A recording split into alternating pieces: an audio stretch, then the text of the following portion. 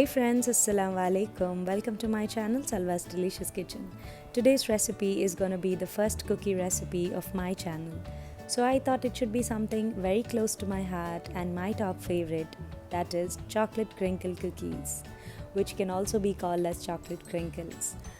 This recipe, it's been years now since I'm making it, and then it comes out perfect every time. So I thought I should surely be sharing this recipe with you all.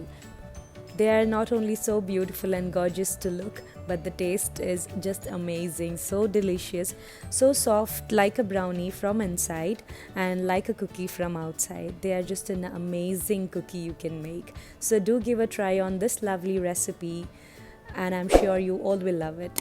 And for those who are new to my channel, welcome, and do not forget to subscribe my channel and hit the bell icon. So let's quickly have a look at the ingredients what we need to make these gorgeous cookies. That is 1 cup of all-purpose flour or Maida, half cup of unsweetened cocoa powder, and 1 cup of sugar, the normal one, and quarter cup of vegetable oil, and these are 2 medium eggs, and icing sugar half cup, 1/4 to half cup, that's for the coating of the cookies. And here I have taken 1 tablespoon of vanilla essence, and then 1 teaspoon of baking powder, half teaspoon of coffee powder. As I'm a coffee lover, I love to add coffee powder wherever in the chocolate recipe, and 1/4 teaspoon of salt. And the cocoa powder brand which I use, which often people ask me, is Hind's cocoa powder. This is the dark unsweetened cocoa powder, available in any of the supermarkets here. And let's start to make the process. Here in a bowl I have taken the cocoa powder, coffee powder, sugar and oil, and giving it a mix. And once this is mixed well, in an electric beater, I have just added 1 egg at a time. Both eggs were in the normal temperature, and just mixed it well. If you don't have electric mixer, it's fine, just mix it well in the hand whisk. Then adding the vanilla essence to this and giving it a good mix. Now this was done in the same strainer in which we strained the cocoa powder. I'm just straining the salt, baking powder, and the maida or the all-purpose flour, and gradually, mix it well, carefully. In case you're making the double the quantity to make more cookies, you can always add the dry ingredients part by part. 1/4 at a time, or 2 to 3 times you can divide and add it. Mix it well, make sure you mix well, and it becomes a harder dough. And then you have to keep it in the refrigerator for about 5 hours. Minimum 3 to 3.5 hours is compulsory, more the better. And even if you can keep it all overnight, it's really great. And here I have just added a very little oil on the hand so that it doesn't really make a mess on the hands, and using a fruit scooper so that we get that even size balls. I've just taken the smaller portion and then making the balls out of it.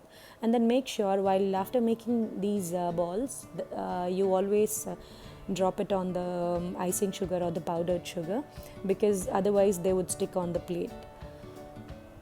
And here once you're one by one, I almost made 1.5 dozens of cookies in this portion, and then they were done on the sugar. Now assembling part comes. As in a baking tray, I've just kept a baking paper or the butter paper. If you don't have, you can just grease the butter on the tray, that's totally fine. And here you can see I'm coating the cookie dough in the icing sugar. Make sure you coat it well, otherwise you don't get that white color effect on the crinkles. And here now this will go into the oven. I have just left it 1-inch gap between the cookies so that it can rise well.